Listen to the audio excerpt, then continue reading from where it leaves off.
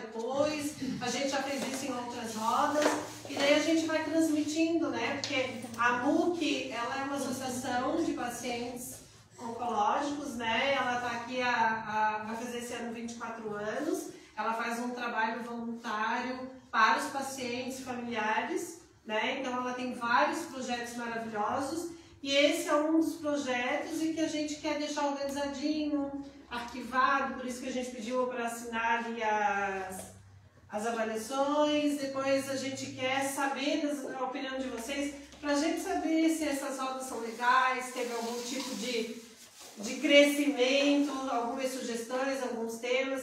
A gente já fez uma programação, uma pré-programação para o ano inteiro, com temáticas que a gente achou relevante de início, mas a gente quer trazer opiniões de vocês, assim, o que vocês acham que seria legal para que a gente pudesse trazer em outros momentos.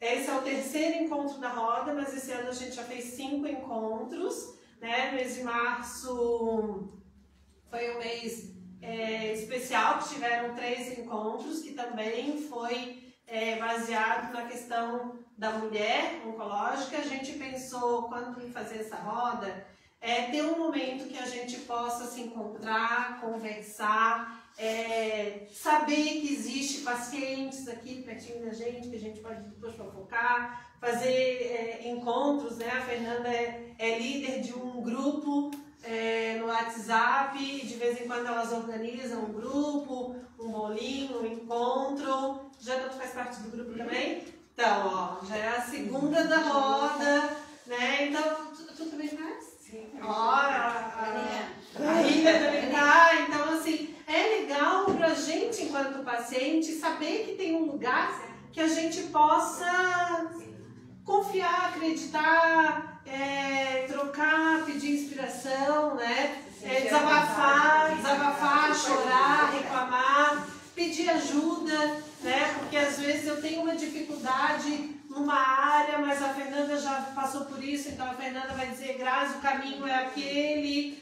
E até mesmo para saber que existem instituições como a MUC, que também nos ajuda, nos acolhe e nos apoia, né? Eu sou paciente há quase 13 anos, eu via essa dificuldade lá em 2011, que a gente não queria falar sobre o câncer, que a gente não queria ouvir, né? Como a gente ainda tem hoje pessoas que não querem ouvir essa palavra, estão passando por isso, carregam as suas dores, mas carregam sozinhas.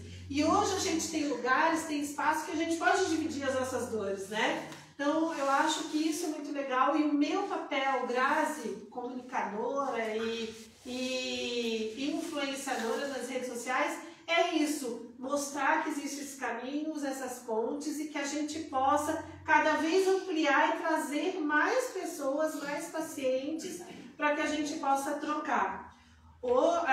No mês de fevereiro a gente fez um encontro piloto, que era no mês mundial do câncer, então foi um encontro que a gente teve bastante pessoas, foi bem legal. Depois, em março, como o mês da mulher, a gente trouxe o empoderamento da mulher oncológica, porque eu, principalmente Grazi, via que se falava sobre o mês de março, o mês da mulher, e a mulher oncológica ficava onde? Fala sobre autocuidado, escova, salão da promoção, estética da promoção, e a gente ficava assim, onde que eu entro nisso? Porque eu nem tenho mais cabelo para ganhar promoção de escova de cabelo. Então eu queria trazer essa fala, esse empoderamento, dizer assim, eu não sou aquela mulher que eu era antes do câncer, mas eu sou uma nova mulher hoje com câncer, né? Eu passei por várias situações, sou mastectomizada, fiquei 1 ano e 6 meses sem mama. Às vezes tu vai olhar e vai dizer assim, me parece que tu tem câncer. Eu assim, mas eu não preciso parecer que tenho câncer, mas eu tive 2 cânceres. E um deles é metástase pulmonar, que hoje a gente sabe que o paciente metastático também tem a sua segunda condenação, né? Então, assim, eu estou condenada, mas eu não estou condenada, eu estou aqui.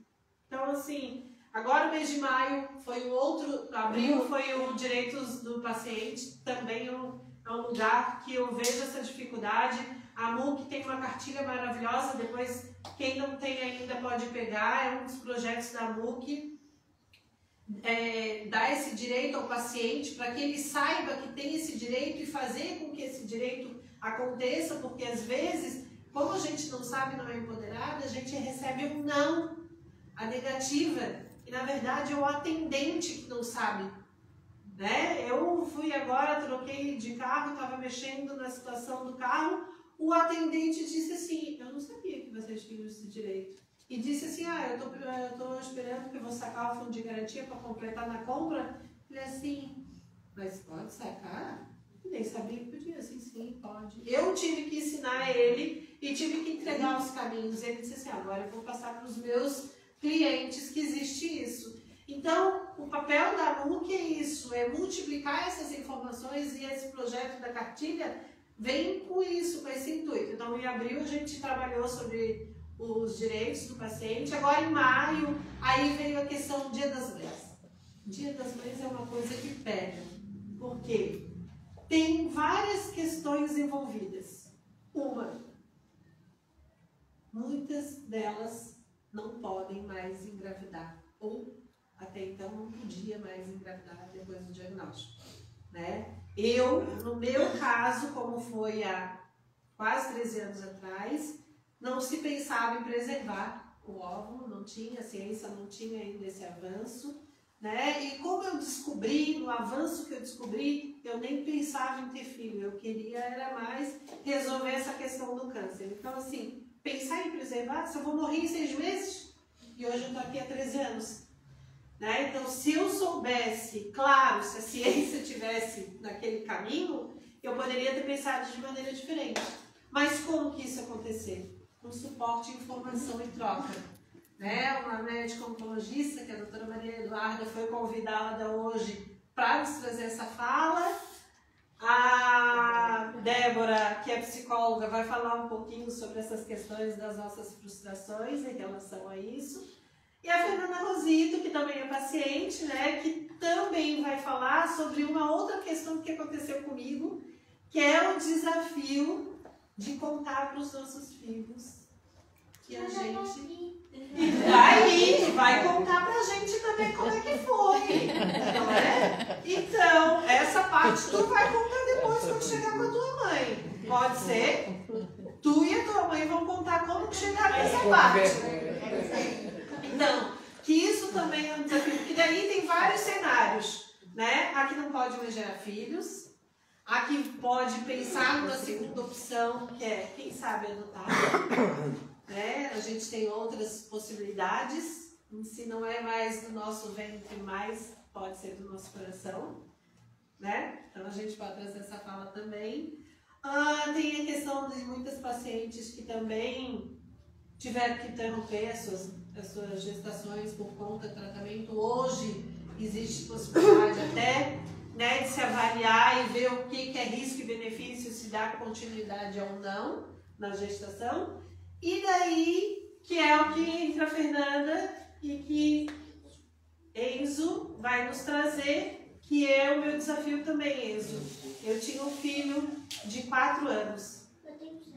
Tu tem 7. Mas quando também te contou, tu tinha quantos anos? 6. 6. E eu tive o diagnóstico, eu tinha 1 ano e 8 meses. Exatamente, aí que tá. E daí a tua mãe tinha que deixar e se dividir. E ter o coração dividido. Eu sou mãe ou eu sou paciente? Que horas que eu cuido e que horas que eu sou cuidada?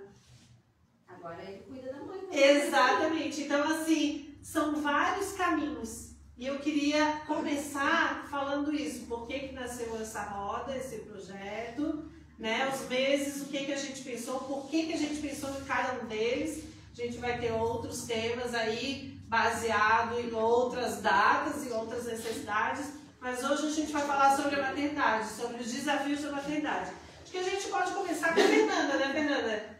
Que é uma das convidadas e ela vai falar o que ela fez com esse desafio.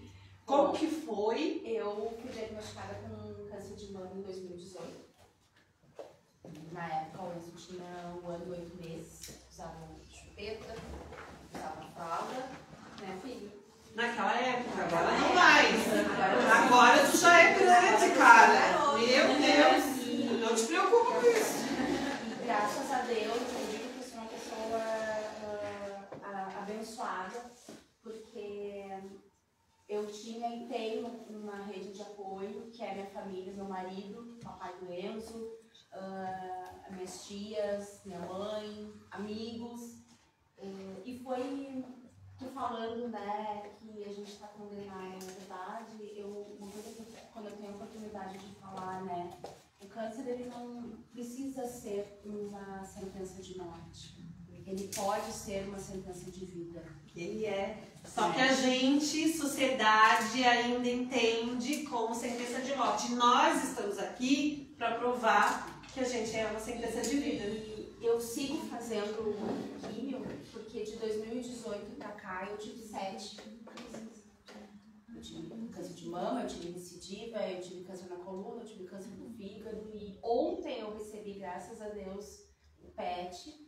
E eu sigo sem tumor nenhum já, agora já vai fazer, agora há 1 ano e meio. Mas eu sigo em protocolo, né, para cumprir a medicação. E o meu grande desafio foi justamente como contar pro Enzo, né, porque o Enzo já estava com 6 anos e ele não sabia, né, então eu dizia que eu ia trabalhar, eu dizia que eu ia sair com as amigas, e aí eu digo, né, na ressaca da químio. Curioso, né, filho? E aí ele queria saber, né, o que eu tinha, por que eu tava ruim. Eu disse, mamãe tá com dor de cabeça, mamãe tá com dor de barriga, mamãe isso, mamãe aquilo. Até que um dia ele disse que eu era preguiçosa e só queria dormir. Porque ele já tava com 6 anos, ele é um garoto esperto. Mas eu tô com 7. Agora você privada. Agora você tá com 7. Talvez seja fundo. Tá. E aí eu digo, opa. Tá na hora de mudar o repertório. E aí, num determinado momento, eu já estava escrevendo o meu livro, né? Em que eu trouxe nele alguns desafios, incluindo aí o próprio câncer, né? Daí eu trouxe os desafios da maternidade, do trabalho, que eu precisei. Durante o diagnóstico eu precisei parar de trabalhar, porque eu fazia químio a cada 21 dias, só lá em 2018, né? E ficava ruim quase 15. Então, num mês eu tinha 1 semana. Né? E aí também tem a questão, né? Eu sempre tive empresa. Como que eu ia chegar num cliente, né? E naquela época, hoje, apesar de eu ainda fazer químio, eu não me sinto doente, né?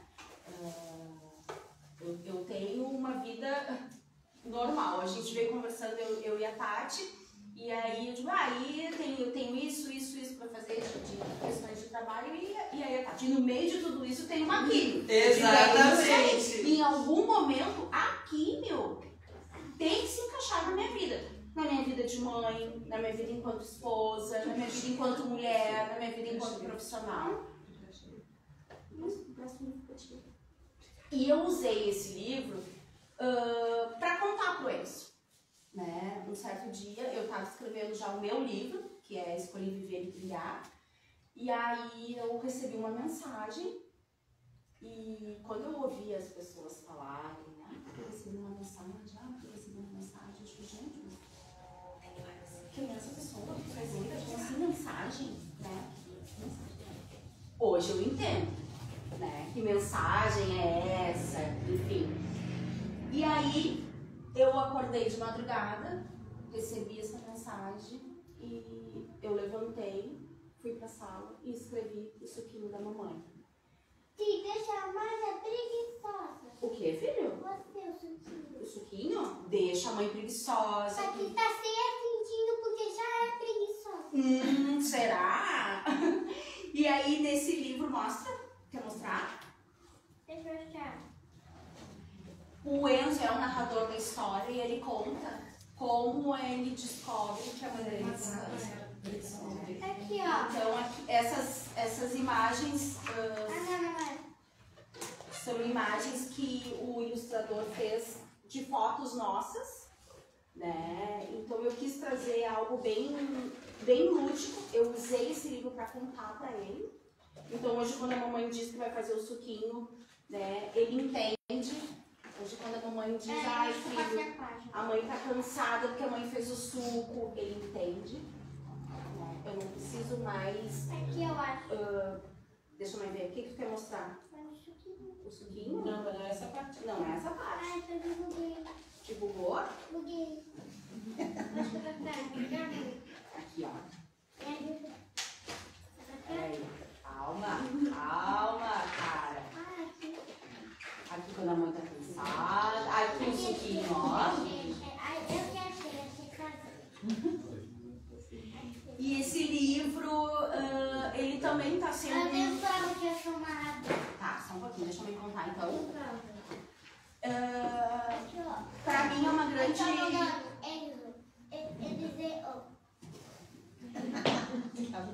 E aí, esse livro, ele tem sido um instrumento para outras mulheres poderem contar para os seus filhos, porque o grande medo é um medo que eles vão sentir. Eu sofri isso Né? também, o Vitor tinha 4 anos. E a gente não só pode ouvir, como a gente pode falar a palavra câncer. Não é porque a gente fala a palavra câncer, isso é algo que nas oportunidades que eu tenho de palestras e de conversas, eu faço questão. Câncer, câncer, câncer, câncer. Se a gente fala gripe, hipertensão, infarto, AVC, né? Mas é porque a gente vem de uma cultura em que o câncer está associado à morte. Infelizmente, tem pessoas que falecem? Tem, mas tem muita gente que se cura. De infarto, de AVC, de Às vezes morre no processo do tratamento de infarto, daí associa que é o câncer, mas na verdade foi por causa de infarto. E o que eu tento trazer, né, dentro da minha... Filho, devolve lá pra tia que elas estão olhando, tu tem o teu. Já mostra os dois aí, já mostra também esse. Lá pra outra tia de amarelo, lá. Quanto mais a gente... Eu vou cuidar bem, prometo. Olha lá, tá sendo filmado, olha lá, calma. Depois vai aparecer na TV. Quanto mais a gente falar sem medo para as nossas crianças e mostrar que é importante a gente cuidar da nossa saúde, fazer exame, comer de forma saudável, praticar exercício. E tudo isso eu trago um pouquinho também no livro. É uma nova Então, geração. é uma nova geração que está crescendo com uma perspectiva de saúde, de prevenção, né? Então, enquanto nossa geração diz, não, eu não vou fazer exame porque quem procura acha. Exatamente. Então tá, então se for achar que seja rápido, porque quanto mais cedo a gente ter o diagnóstico, olha aqui, vamos fazer um combinado. Quanto mais cedo a gente ter o diagnóstico, maiores são as nossas chances de cura, menos sofrimento no tratamento. Eu conheço pessoas que descobriram muito cedo e que não precisaram passar pelo processo da quimioterapia. Fizeram aí, ó. Então, né? Então não é quem procura acha. Quem procura acha e quanto antes melhor. E que bom que eu achei cedo, né? Então, esse também é um dos propósitos, principalmente do suquinho da mamãe, né? Eu tenho um sonho de poder levar isso para as escolas, né? Que é onde a gente tem o maior número de crianças e para essas crianças também levarem para as famílias e para os pais. Hoje, quando eu estou dirigindo e se eu pego o celular, ele me chama a atenção, mamãe não pode dirigir com o celular. Filho, desculpa, não esqueceu. Tem razão. Sim, eles são os nossos. Então eles também vão nos conduzindo a ter uma postura melhor. Eu hoje, eu digo, eu literalmente, eu vivo, sim, porque eu tive a bênção de ter o diagnóstico e ele já ter nascido. Por conta das crises, eu entrei na menopausa, eu não posso ter filhos, em geral.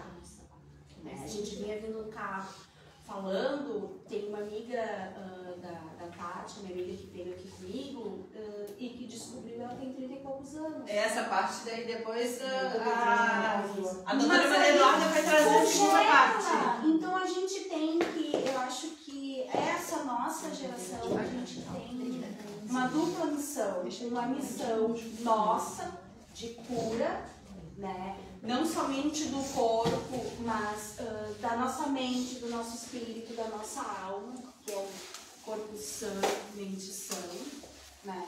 Por mais que a gente faça medicação, faça químio, mas eu digo que 80% da nossa cura está aqui, ó, na nossa cabeça. Eu hoje, quando eu vou para químio, quando eu vou fazer o suquinho, é engraçado, eu achei que eu nunca fosse ter esse sentimento, mas eu vou feliz.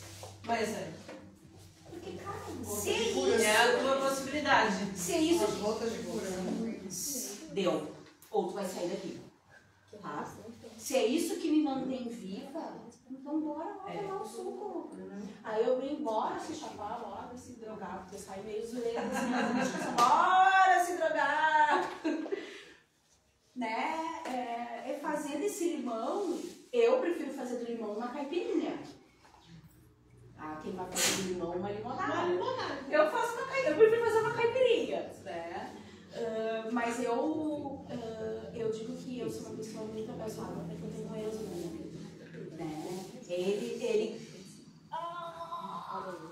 É nele que eu tenho a força. E todas nós temos uma força em algum lugar. A gente precisa encontrar. Uma está, a minha está nele, outras está no trabalho, outra, enfim. Né? A gente tem só que encontrar onde é que está a nossa força, onde é que está a nossa bengala, e não tem problema nenhum a gente ter uma bengala, né? Se é isso que vai nos fazer melhor. E aí, agora eu tenho também um outro desafio, já há mais ou menos 1 ano e meio, que provavelmente vai virar um segundo livro, que a gente tem um diagnóstico de TEA, né? Como contar? Né? Então, provavelmente, vai virar um outro livro, sim, porque é uma forma lúdica também, né? Dele entender, né? De aceitar certas questões. E hoje, quando eu falo, ele pega o livro, ele fala, a carequinha da mamãe, né? Quando a mamãe era carequinha. Então, hoje eu consigo falar sobre esse assunto sem tabu, com tranquilidade. Então, aqui é interessante falar que o projeto levar para os colégios, porque até para os coleguinhas entenderem, né? Para os coleguinhas entenderem, porque... Eles vão estranhar, né? Às vezes vão perguntar, mas por que a tua mãe não tem cabelo? Até porque pode ter alguém na família deles e também, que na né? maioria tem. Uma tia, uma prima, O Enzo tem um coleguinha que a avó, ele acompanha todo o processo da avó, e a avó veio a falecer. Vai ajudar os colegas dele a Pedagoga, entender, eu faço né? Poderes ajudar sim as próprias causas. Até eu estava pensando, enquanto você estava falando, assim, a importância de levar para as clínicas, vários hospitais, assim, né? O suquinho eu faço a químio lá em Itajaí, né? Tá lá na recepção. Tá lá, e na verdade dentro da sala da químio e roda. Então eu já ouvi, né? Já vieram, já cheguei lá e aí as próprias enfermeiras, essa aqui que é a Fernanda do suquinho. E de mulheres olharem para mim e dizer assim, muito obrigada por ter escrito, porque eu levei para contar para minha filha. E eu contei sem medo, ela escutou sem medo. Então eu acho que esse é o grande ponto. Se a gente fala sem medo, eles escutam sem medo e crescem sem medo, porque infelizmente, né, essa geração provavelmente todos vão. Aí a médica também me disse se eu tô cada vez mais o diagnóstico tem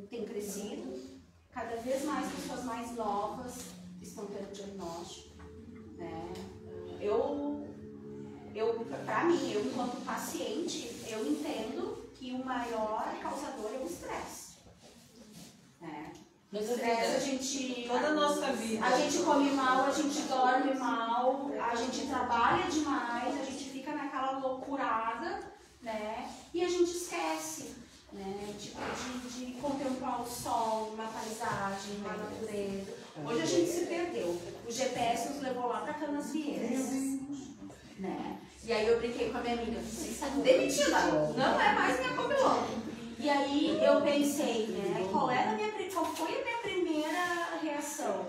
Reclamar, né? Aí eu peguei, fechei os olhos, assim, rapidinho, né, que eu estava dirigindo, só pedi para Deus, Deus, me guia, me orienta, me acalma. Cara, se eu me estressar, eu vou ter 2 trabalhos. Eu vou ter 3 trabalhos, né? Eu vou ter que me desestressar, eu vou ganhar mais rugas, eu vou jogar a Da mesma forma, eu tenho que voltar. e eu vou ter que vir de novo, eu vou ter que dar a volta. Então, assim, cara, e essa é a grande, acho que essa é a grande questão da nossa vida, né? Desembrulhar menos e viver mais, a questão do alimentar, e se estressar menos e viver mais. Não ia fazer diferença nenhuma, eu ia ter 2 trabalhos, né? Então, o que é mais fácil? Bom, Reclamar. Eu ainda acho que é não reclamar. Não, sim. Respira e tal, bom, vamos Hoje em seguir. dia, né? Hoje em dia, porque senão eu já estou ocupando tudo. Não. Eu tenho um guarda-chuva todo colorido dentro do meu carro. Eu tenho de passarinho, eu tenho de uma coruja grande. Não é um sapo? Não! Uma coruja? Uma coruja. O que eu fazia antes, chovendo? Que chuva, que eu vou me olhar, que vai ter trânsito, que não sei o quê, que bababá. Hoje, tá chovendo, mas aí quem me ensinou, né? O câncer. Então ele também pode ser nosso amigo. Depende da perspectiva que a gente olhar. Hoje tá chovendo, eu olho, não, tá chovendo. Tem que ser mais cedo. Será que eu fiz? Eu olho o tapete. Será que eu preciso de Florianópolis fazer um negócio de campo, né? Essa chuva, porque tem isso também. É o poder que a gente tem. A gente tem um poder tão grande que é o nosso livre-arbítrio. A gente tem o poder de escolha. A gente pode escolher como a gente vai conduzir a nossa estrada e a nossa jornada. Esse é o maior bem que a gente tem. Acho que vai completar agora um pouquinho com a fala dela, né? Eu estava pensando, assim, enquanto a Fernanda estava falando, uma coisa muito importante, assim, primeiro que me veio, né? Esse tempo todo que você trouxe, 1 ano e meio, você descobriu o teu diagnóstico e conseguiu contar aos 6 anos dele. Olha esse tempo, né, que você utilizou. Eu fiquei pensando primeiro, talvez de um lado, talvez, né, na combinação mais de uma solidão, assim, o que eu faço com isso, assim, né? Como que eu compartilho isso e ao mesmo tempo encontrando formas para chegar e ter não, vai ser desse jeito. Quando você falou, eu escutei, né, eu ouvi algo, uma voz me disse sobre isso, né, me falou sobre isso, assim. E aí foi libertador. E eu fiquei pensando, por isso que eu pensei, né, nesse momento quando a gente fala das escolas, como seria, como é ter isso, né, nas clínicas, nos atendimentos, nas salas de fisioterapia. Porque quantas mulheres passam por algo muito parecido, né? E aí quando eu tava pensando, assim, eu pensei sobre a roda, o que eu vou levar, né? Que fala que eu posso talvez preparar, enfim. E aí quando eu entrei em contato, né, com o que eu tava pensando, assim, ou tentando elaborar, eu pensei, gente, é só a nossa vivência, né? Tanto de nós enquanto mulheres, porque todas nós, independente da escolha de sermos ou não mães, em algum momento na nossa vida passa na nossa cabecinha algo, eu vou ser ou não vou ser? E se eu não for mãe, se eu não quiser, de que forma que eu vou falar com as pessoas? Porque tem uma certa cobrança social também em relação a isso, né? Então, assim, algo que nos une aqui, a grande maioria mulheres, né? Eu sei que temos um colega, 2 aqui, né? isso nos une de alguma forma, pensar sobre a maternidade, né? Porque ela pode vir de inúmeras formas. E aí, né, pensando nessa fala, assim, né, do que eu ia trazer, então, maternidade e a oncologia, que nos une de alguma forma, seja pela experiência pessoal, né, de cada uma, ou pela experiência de trabalho mesmo, né, de quem está aqui, que trabalha bastante tempo com isso, ou por experiências familiares, enfim. E aí eu lembrei, né, do hospital, né, de tantos anos trabalhando, né, na Cebola, enfim. Quantas mulheres chegaram lá e a primeira questão era essa: como eu vou voltar em casa? Como é que eu vou falar para o meu filho? Eu tenho um filho de 4 anos ou de 3 anos, ou algumas até, né? Uma gestação em curso, aconteceu isso, né? Talvez depois eu possa dar algum exemplo, enfim, mas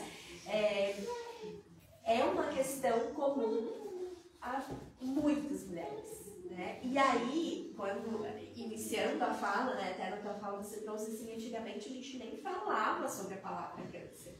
Então, esse momento de estarmos aqui todas para falar sobre isso e falar sobre a maternidade ou as possibilidades ou impossibilidades relacionadas ao câncer, é para a gente também continuar quebrando esse tabu de não podemos falar sobre, não podemos. Em casa, quando eu estava pensando que eu vou falar, eu estava falando e o meu filho estava comigo, assim. Não, que a mamãe vai preparar uma aula, eu vou pensar sobre, porque eu vou estar numa roda de conversa com mulheres que estão passando por um processo de uma doença que se chama câncer. Então, eu falei sobre isso. Né? É a minha forma que eu tenho de trazer essa presença, né, que existe no mundo, seja com algum familiar, ele já passou por pessoas próximas, né, que vivenciaram câncer, que passaram por tratamento. E assim como vem, por exemplo, como que eu vou falar sobre a morte do meu filho? Né? Porque vem, pelo motivo que for da vida, assim, né, ela existe. E aí, quando vem essa escolha de não, eu não vou contar, e te veio algo que não, mas tem algo que está me incomodando, eu preciso trazer, assim, até que você encontrou a melhor forma de trazer sobre isso. Então, assim, é isso, né, entender que idade é essa criança, qual é o entendimento dela, de que forma eu posso trazer isso para que ela vai, e aí você encontrou a forma que foi o suquinho, né, que ali é um remédio, é como se fosse um suco, ele tem uma cor diferente. O que acontece quando a mãe recebe esse suco que não é, às vezes não, eu não tomo, né, se não for um comprimido, não é, ele vem aqui pela minha veia, com uma medicação, foi de uma forma lúdica, foi de uma forma que foi compatível com a idade, o entendimento, o envolvimento de vocês e no tempo que você acreditou que fosse possível. Né? Claro que às vezes a gente precisa muito desse grupo, desse suporte, ou de pessoas conosco, ou de profissionais que possam nos esclarecer, para assim, vamos lá, eu posso estar contigo, né? O que você precisa, assim, o que você imagina que pode... qual era, você falou assim, o meu maior medo, né? Ou pelo menos eu entendi dessa forma, era que ele sofresse com aquilo, assim... Tá, e algum sentimento vai surgir a partir disso. E a gente não vai evitar, a gente vai cuidar, é diferente, né? Assim, você pode até nomear isso. Dá medo, né? Ou assim, a mãe sentiu medo. A mãe ficou preocupada também, né? Hoje eu já entendo diferente. Hoje você fala, eu vou feliz da vida fazer quimioterapia, porque é o que eu entendo, que me possibilita. E eu passo também pra ele, né? Não, eu vou e tá tudo certo. Sim, eu posso trazer o meu exemplo. A Mag está aí, acabou de chegar. A Mag é minha psicóloga e ela até já acompanhou o processo. O Victor tinha 4 anos e agora com 16 anos o Victor teve um problema grave de saúde, teve que fazer cirurgia. E assim, a cirurgia dele era super delicada, complexa, ele tinha bastante efeito colateral depois da cirurgia, ele ficou super bem. Para ele era tudo tranquilo, ele fazia cirurgia.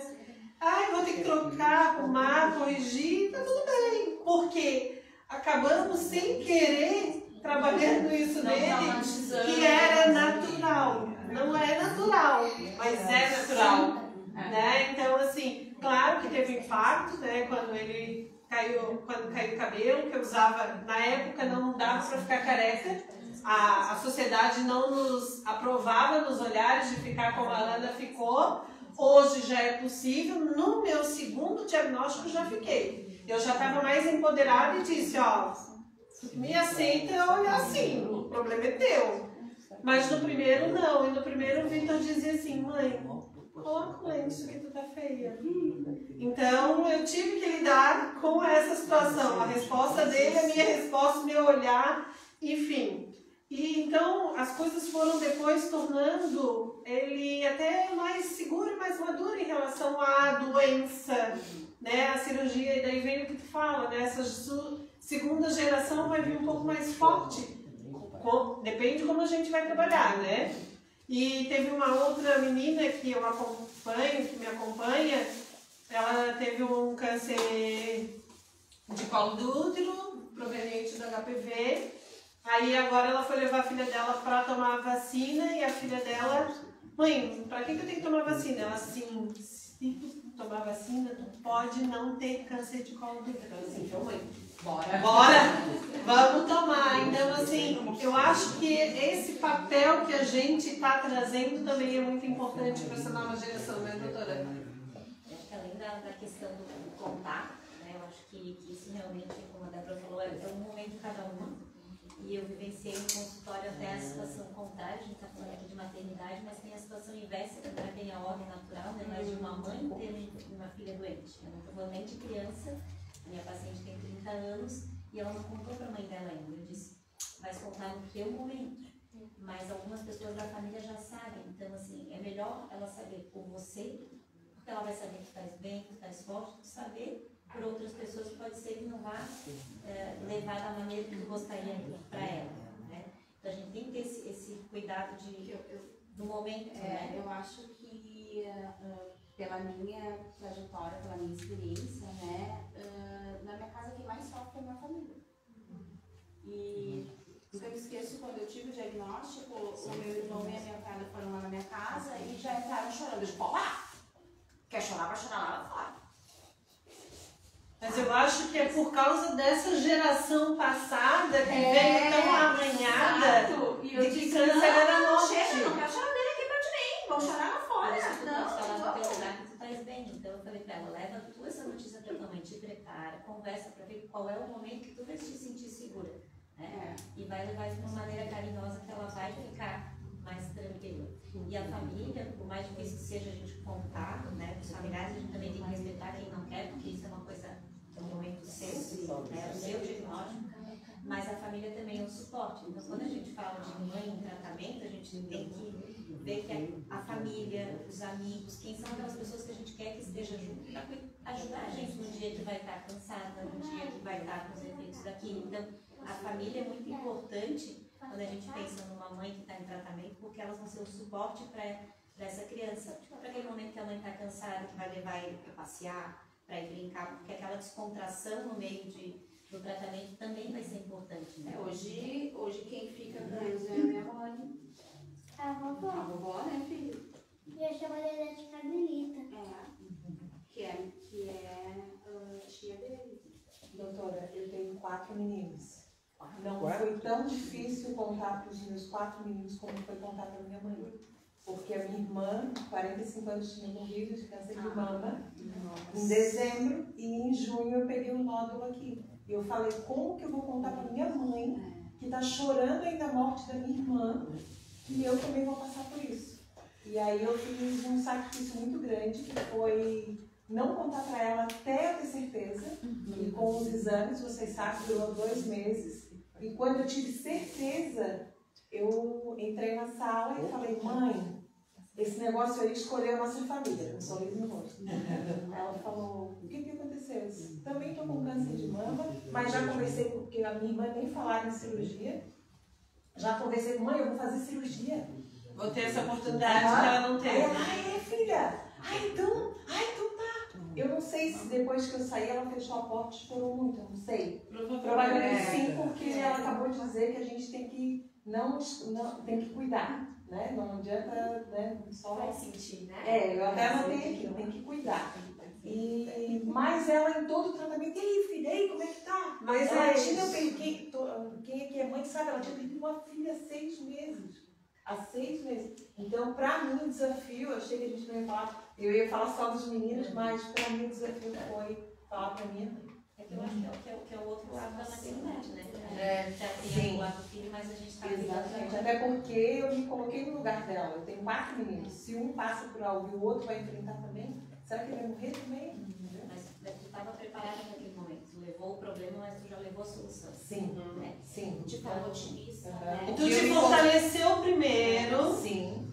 pra poder fortalecer ela e o que tu falou? Eu entrei sorrindo. Antes de causar qualquer impacto para ela, né? Minimizasse o impacto, isso é importante. Mas eu acho que isso são experiências, né?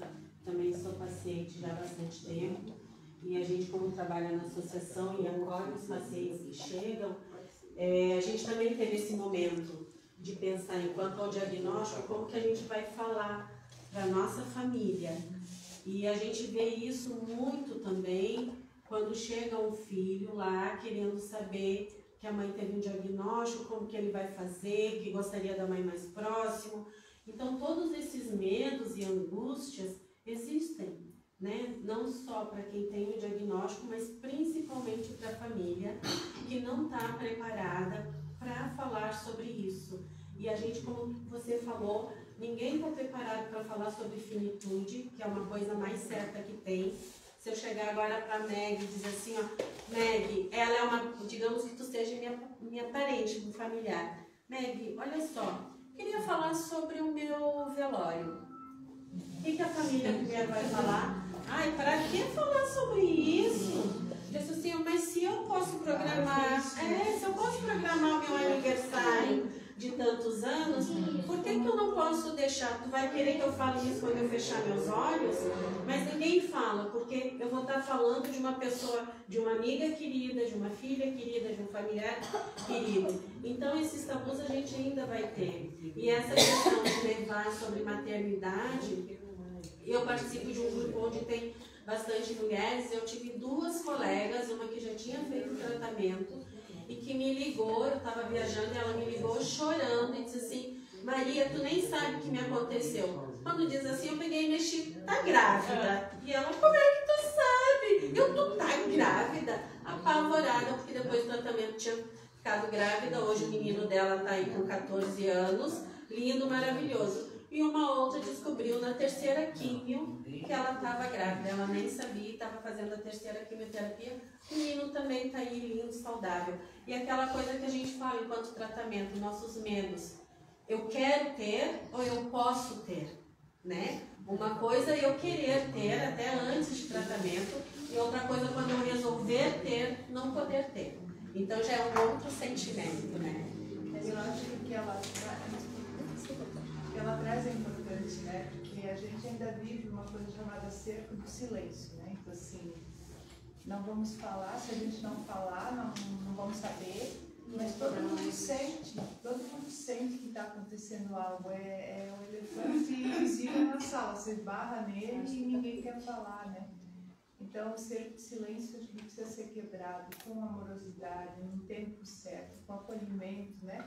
Cada um encontrando suas possibilidades, porque, como a Fernanda disse, os sentimentos virão, as emoções virão e elas têm que ser acolhidas, e elas virão mesmo sem palavras. E o silêncio, ele vale ouro em muitos momentos, mas em muitos momentos ele precisa ser quebrado, né? A gente precisa quebrar e falar, né? O tabu da finitude, né? Todos nós teremos uma finitude independente de diagnósticos ou não. Se eu sou uma pessoa, as pessoas ficam assim, eu tenho um plano funeral pago, eu tenho tudo feito, eu tenho diretivas antecipadas de vontades, você está doente? Não. Mas eu estou viva, eu posso não estar amanhã. Quando é que eu fiz isso? Quando eu estava o tempo inteiro na estrada. Um risco grande, né? É o primeiro risco de morte de nós, né?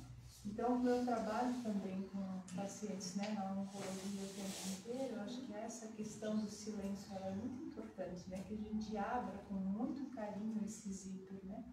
E desembrulhe as emoções e acolha as emoções dos nossos filhos, das nossas mães, né? Acho muito bem colocado, a maternidade é uma situação bilateral. É quem é mãe e quem é filho. Quando você é filho de alguém que é mãe, então é uma troca dos dois lados, né? É um amor normalmente muito genuíno dos dois lados e que a gente precisa olhar, né? De cá e de lá. E realmente, né, os medos, como a sua mãe, né, que tinha perdido uma filha, você trouxe uma outra abordagem que não é pela perda, é pelo ganho de possibilidades, né? Então você abriu um mundo novo para ela, porque o mundo estava fechado numa única possibilidade, né? E você trouxe outra. Então isso também é tão bacana, né, a Graça? Recebeu uma notícia que era uma possibilidade. O que não aconteceu foi se desdobrando em outros, né? E como isso é bonito e nos abre passos, né? E que bacana que a gente possa sentar e falar. As experiências, as histórias, né? É só o que a gente tem. E essa maneira de ela falar com uma convicção, porque mostrou convicção, uma outra maneira de falar, também fortaleceu a sua mãe a passar uma outra mensagem para que alguém tivesse assim, eu tô com uma parente com diagnóstico de câncer dela, minha filha tá, mas ela fez cirurgia, o tratamento tá dando certo. Ela tem uma outra visão. Quando a minha mãe veio, a primeira vez que eu custei, já tinha um diagnóstico, daí comecei a tentar trabalhar minha irmã para receber e daí ela, como é que foi? Disse, não deu nada, eu já estava com o diagnóstico. Quando a minha mãe veio, ela sentava para mim e ficava me olhando assim, daí eu disse assim, mãe, o sentimento que eu tenho é que tu tá me velando viva e eu não tô viva. Mas tu tinha que ter uma força para que eles tivessem força, e isso também é difícil, né?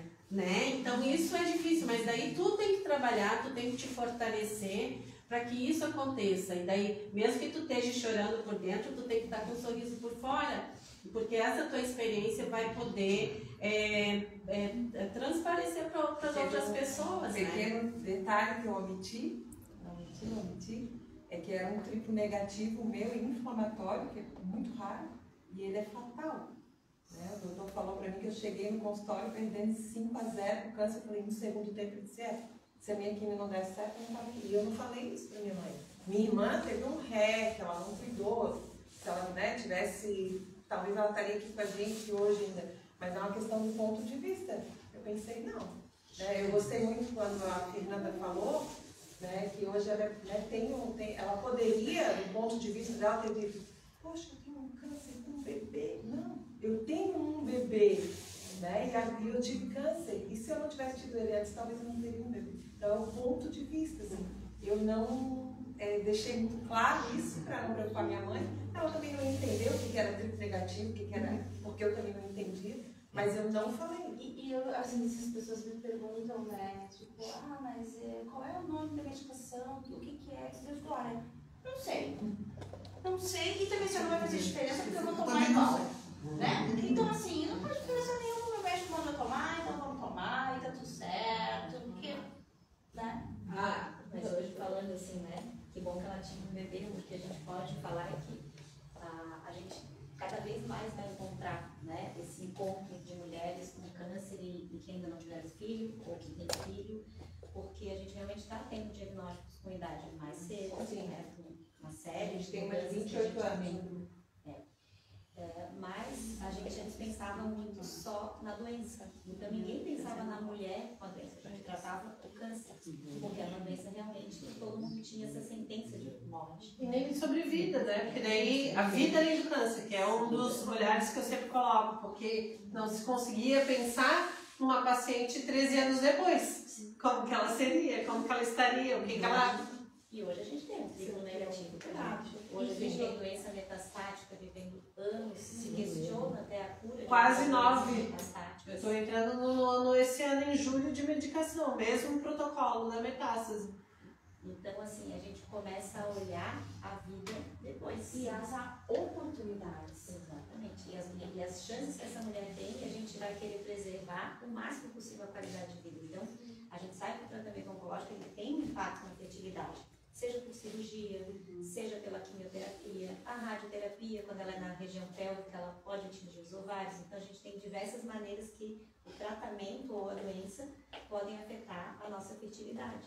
Mas a gente hoje tem como atuar nisso, a gente tem como prevenir a fertilidade das pacientes, e isso é muito importante. Então, passou do momento que eu só olhava para o tratamento, para o câncer, eu olho para aquela mulher.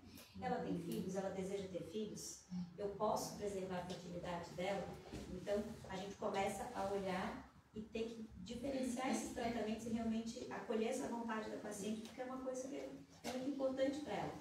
E mesmo quem não quer ter filho, a gente não pode esquecer também que a gente também tem toda uma vida hormonal, né? Então, a menopausa, quem está passando, quem passou, todas as mulheres vão passar, isso vai ser igual, pacientes ou não, mas ela traz uma série de impactos para a nossa qualidade de vida. E hoje a gente pode, inclusive, tentar proteger os ovários, mesmo que não seja vontade de gestar, mas que seja para poder preservar a nossa função ovariana, nossos hormônios, e a gente poder deixar, né, essa menopausa para uma idade mais fisiológica, lá naquela idade que a gente já iria entrar. Principalmente porque as pacientes, por exemplo, câncer de mama, eu não posso ter por hormônio. Alguns tumores ginecológicos eu não posso ter por hormônio. Então, se a gente puder tentar preservar aquele ovário, melhor. E hoje a gente pode fazer isso com segurança. A gente está falando muito de câncer de mama, porque se a gente for ver entre as mulheres jovens, é o tumor mais frequente. Ele é raro antes dos 40 anos, mas entre os tumores em mulheres jovens, o mama é o mais comum. E hoje a gente pode fazer de diversas maneiras. Então, encaminhar essa paciente para um aconselhamento, encaminhar essa paciente para uma consulta com fertileuta. A primeira coisa é a gente perguntar. A gente sabe que é muito difícil porque tu tens que lidar com o diagnóstico, com a ansiedade, como vai ser o tratamento. A gente tem que ter um tempinho, nem que a gente marque assim, ó, tu vens na próxima consulta para a gente conversar sobre isso. Marca um outro dia, mas conversa, né? A gente sabe que hoje a consulta é muito extensa, porque tem muitos pontos a serem abordados, mas a fertilidade é muito importante. E se a gente for ver os dados, tem uma pesquisa da Oncoguia que menos da metade dos pacientes foi informada do seu diagnóstico dessa possibilidade. A gente sabe que tem várias barreiras, o medo, porque às vezes eu estou mais preocupada em me tratar, para pensar em ser filho. A gente às vezes vai ter a barreira do acesso, porque fazer um congelamento de óvulo ou de embrião também não é barato, não é acessível para o plano de saúde. Agora, na verdade, tem direito, né? A paciente oncológica tem direito, mas isso é uma coisa nova do ano passado para cá. Mas infelizmente a gente não tem acesso ao serviço público para as pacientes, né? Então a gente tem uma série de barreiras para a gente conseguir enfrentar, para conseguir que as pacientes possam ter esse seu direito, né? Possam ter essa oportunidade. Não tem ainda acesso ao serviço público, isso? Não, porque eu fiz na Camela e eles me perguntaram se eu queria congelar. Alguns serviços, mas não como um direito. Tem alguns serviços, por exemplo, eu já encaminhei paciente, também homem, né? Porque a gente só está falando de mulheres, mas, por exemplo, homens que vão tratar câncer de testículo, eu já encaminhei no Rio Grande do Sul, conseguia fazer. Em alguns hospitais, né? Alguns hospitais, mas não é como assim um direito. Não é assim, na minha cidade não tem, eu. Não. É o que tem como garantir atrás, entendeu? Tem algumas questões que é mais fácil e oportunidade. Eu nem perguntei se era por ali ou se provavelmente ele te dá uma possibilidade de tu pagar aqui. Então, assim, a gente tem várias maneiras. Então, como eu falei, para dar químio, né? Então, a gente tem isso. A gente pode tirar os nossos óvulos, né? Dá para fazer até o embrião já, a paciente que já é casada. Então, na verdade, em vez de congelar o óvulo, tu já faz uma fertilização e pode ter o embrião lá guardado no momento que for gestar. Se a gente pensar no tumor ginecológico, a gente sempre avalia a possibilidade, para tirar só o colo do útero, posso preservar o ovário, tirando só. Tem várias maneiras, tanto cirúrgicas quanto da radioterapia. Quem vai fazer radioterapia na pelve, dá para a gente poder colocar esse ovário mais para cima, o cirurgião suspende os ovários para descartar. Que legal! Hoje tem até uma técnica que quando vai fazer rádio, o útero também estaria, né, no campo. Claro que não um tumor de útero, porque daí eu preciso irradiar aquele útero. Sim. Mas, por exemplo, saiu Fantástico no ano passado, uma reportagem de pacientes que têm que fazer tratamento de câncer de intestino. E o reto está na frente do nosso útero, então está atrás do útero, ele vai receber radiação junto. E daí faz uma cirurgia de transpor o útero. Então eles pegam o útero e viram. Se ele está aqui para baixo, para a pelve, vira para o abdômen. A paciente recebe a radioterapia e depois coloca o útero de volta. E essa paciente foi a primeira paciente que gestou. O meu cunhado que inventou a técnica. Mas eu achei muito bonito porque possibilitou para aquela paciente, né, poder gestar depois de um tratamento oncológico. Ela teve um câncer de intestino, tratou e depois engravidou. E pensar no pós, né? Porque antes, na minha época, tá? Eu sou da época, apesar de ter tido com 33 anos, eu sou da época que o meu tipo de diagnóstico eu não teria tantas possibilidades, nem de estar mais que 6 meses de vida, quanto mais está quase 13 anos. Né? Então, assim, o meu tumor ele era grande, ele tinha 7 centímetros, já tinha vários linfonódulos comprometidos e pensava-se na quimioterapia, assim, eu vou fazer, talvez eu sobreviva 6 meses, 1 ano, 1 ano e meio, 2 e vai indo, né? E fui indo, atravessei que virou 13. E na época não foi se falado sobre isso, de preservar, até porque no meu pensamento eu ia ficar 6 meses de vida, 1 ano, 1 ano e meio, para que eu vou pensar em gestar, em ter um filho e deixar ele órfão? Aí depois veio o desejo de querer adotar, aí estava tudo esquematizado na minha cabeça do meu marido, até porque isso já era uma prática comum na família deles, já tiveram outros familiares que adotaram, então pra gente era tranquilo isso. Aí veio a metástase. Aí a metástase é outra sentença, assim, não, é recado de Deus que não é para ter filho, porque se eu não morrer ali, eu vou morrer aqui. Então, se eu não gestei ali, se eu adotar, eu vou deixar 2 órfãos, né? Os 2 filhos. E daí assim, não, então não vamos mais mexer com isso. E de novo, da metástase, eu ultrapassei o limite, 9 anos. Então eu já podia ter um filho de 9, 10 anos. Né? Então é legal isso, assim, pensar na paciente pós tudo isso, porque ainda faço medicamento, ainda faço a cada 21 dias, eu tomo 2 medicamentos, diariamente eu tomo o anastrozol, mas eu vivi nesses 9 anos, vivi 13, né, mas estou falando ali no pós, e podia continuar com o pensamento de pensar ter um filho. O Vitor, eu não achava que eu ia na festa de 5 anos do aniversário dele. Esse ano eu participei do processo seletivo do primeiro emprego dele. Então, olha como isso é importante, né? Quanto os avanços vêm acontecendo e quanto a gente tem melhorado nessas questões, né?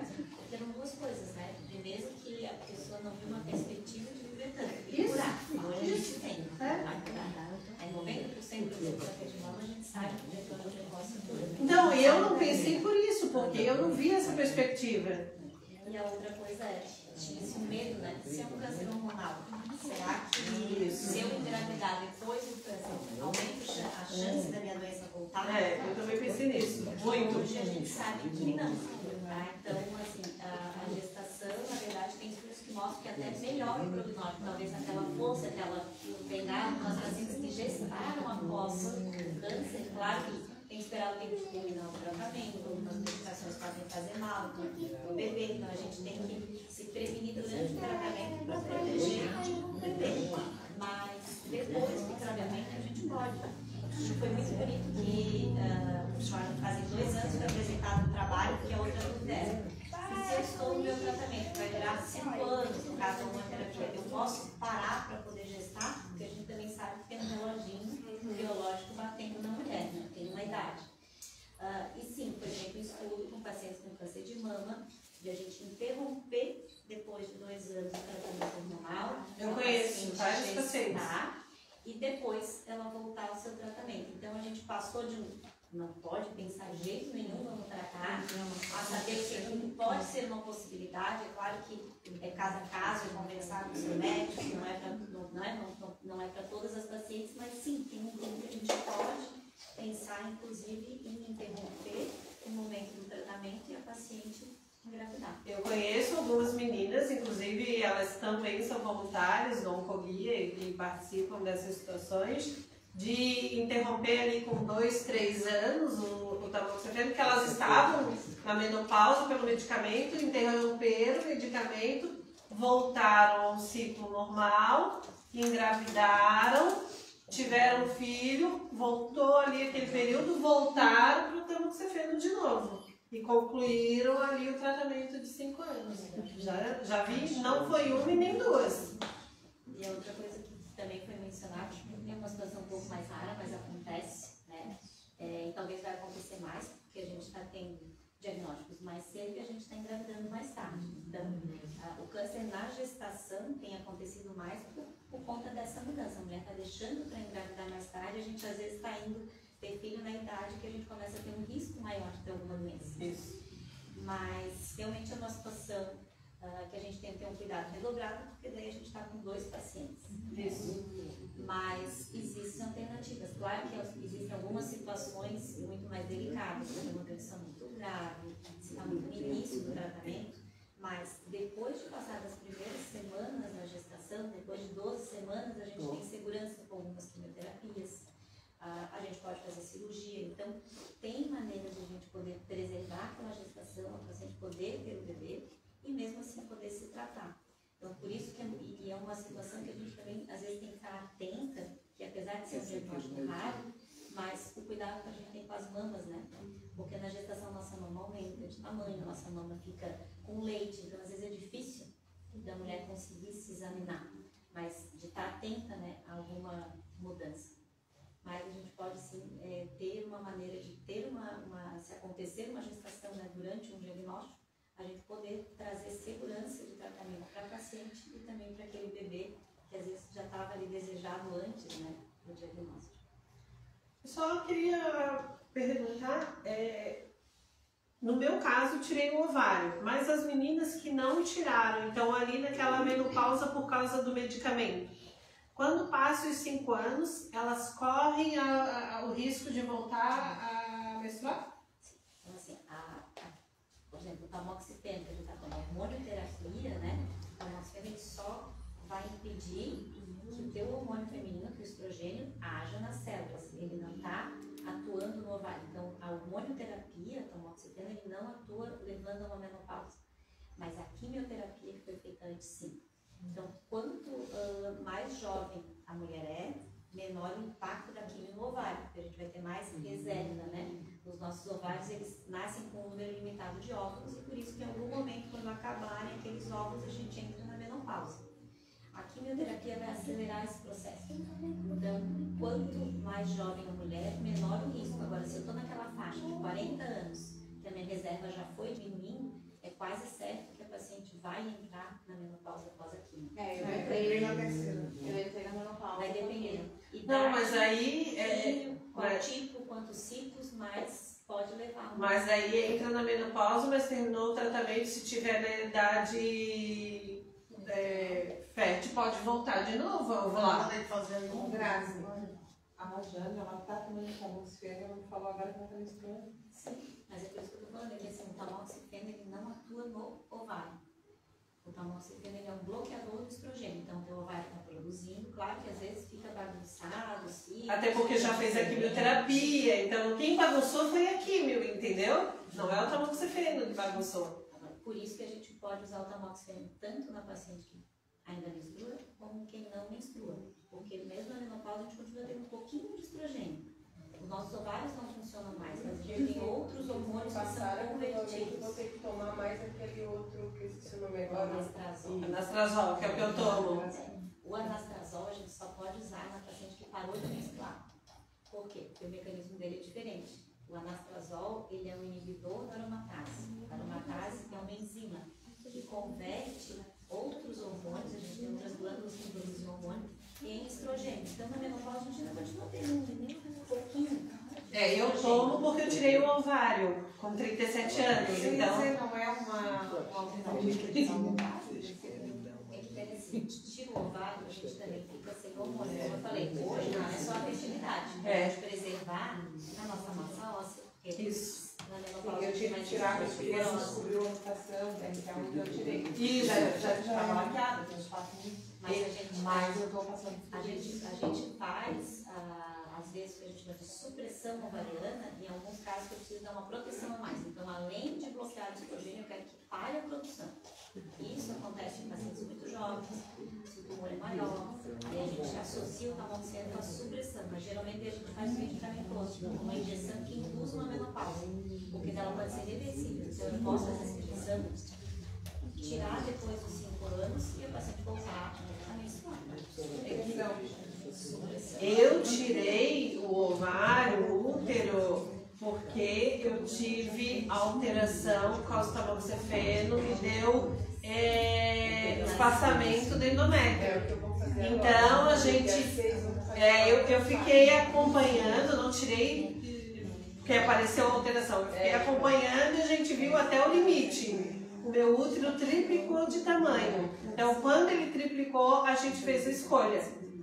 Tirar como forma de prevenção. Aí...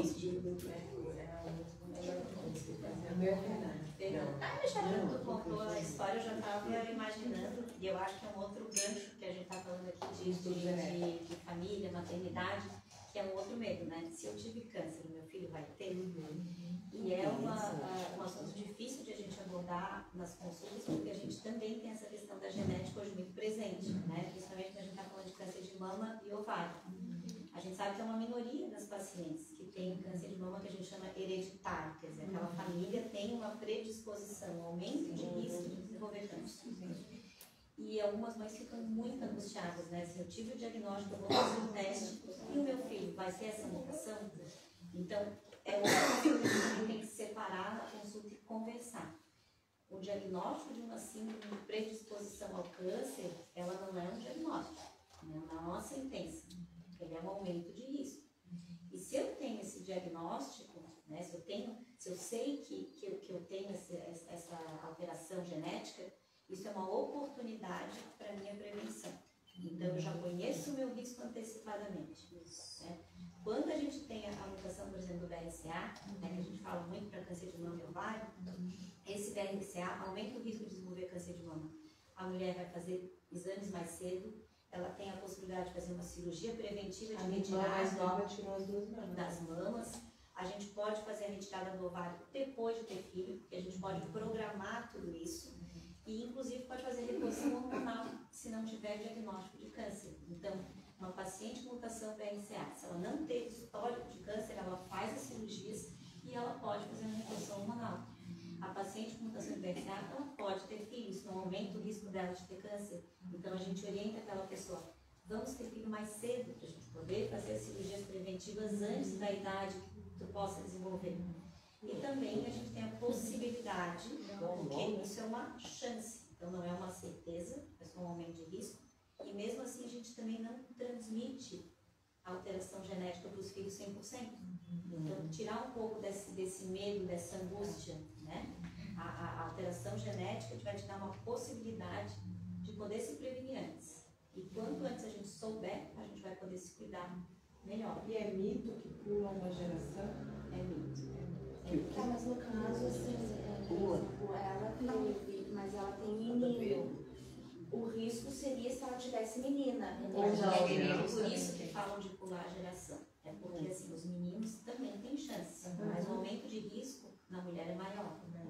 Então, assim, a gente, o BRCA hoje a gente já associa a câncer de pâncreas, de próstata, de mama, de ovário. Claro que assim, o aumento de risco também não é igual para cada tumor. Então, o de mama é muito maior.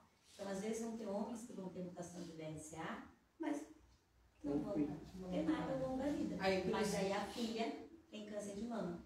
Então, daí vai fazer a história, não, eu tive a minha tia por parte de pai teve. O pai não teve nada, mas ela teve. Então, essa questão da família, e às vezes até uma mulher que tem mutação de BRCA, não vai saber, às vezes a gente faz o diagnóstico. Eu tenho uma irmã, a gente somos em 4 meninas. Essa minha irmã está com 45 anos, entre eu e a que faleceu, e ela também não toca no assunto, não tá tudo certo, não teve nada. É uma incógnita, claro, né? Como você falou, é um aumento de risco. Assim como eu posso sensibilizar. O meu teste de genética deu negativo. Mas também não significa que, bom, não tá, então meu filho não vai ter. Como a Rívia, né? O teste de vocês foi negativo. Até eu vi a doutora Maria Eduarda conosco, assim, se eu pudesse ter uma doutora Maria Eduarda lá em 2015, né? Para todas nós, quando a gente recebe o diagnóstico, quando eu fui, sem saber que eu estava com câncer de mama, eu fui procurar ginecologista porque eu estava com 35 anos e eu queria engravidar. Só que eu já tinha percebido alguma alteração na minha mama, mas essas horas a gente não pensa, né? Será que é um tumor? E aí a minha médica disse, não, você vai fazer alguns exames, fui diagnosticada, esquece agora a ideia de engravidar. E é tudo muito rápido pra gente. A gente não tem tempo. Eu não fui orientada, você queria ter filho, eu não fui escutada. Né? Você tem que fazer cirurgia, você tem que fazer quimioterapia.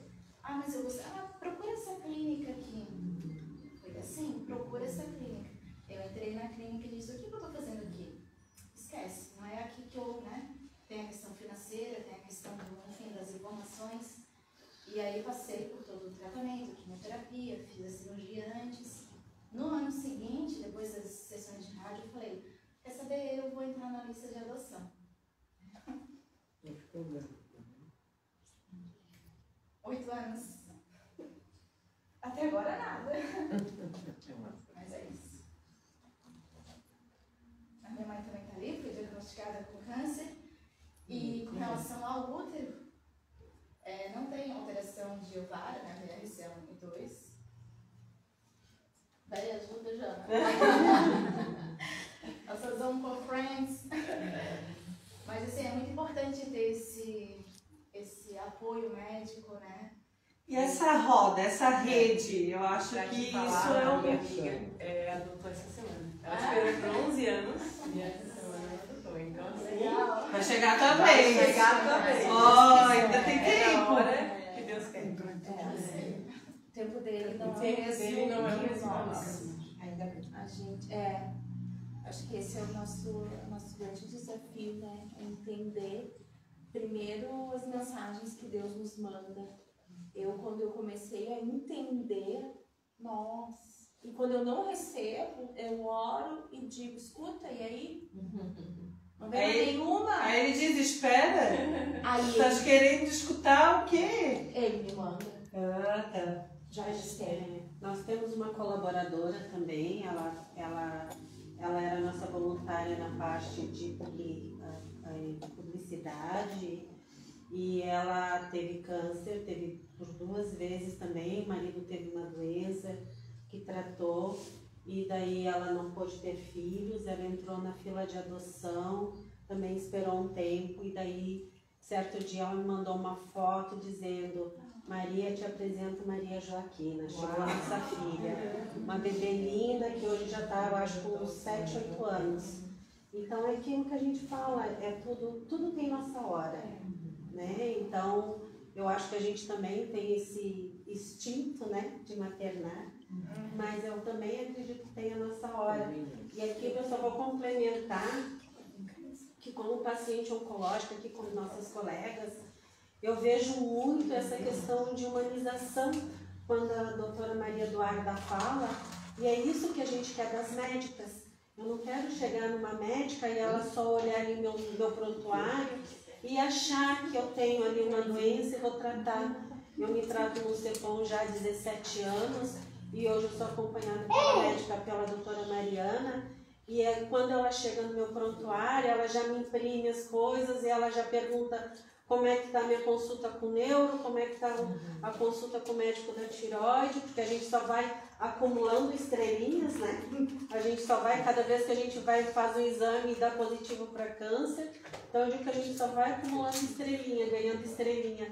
E ela tem esse olhar, eu não quero estar ali só tratando câncer de mama, porque aquilo ali foi meu primário. Agora eu trato uma metástase de mediastino, já operei a cabeça 4 vezes por um meningioma, né? Tive câncer de tireoide, tive uma célula num dos nódulos da tireoide que era uma metástase do câncer, que é muito raro.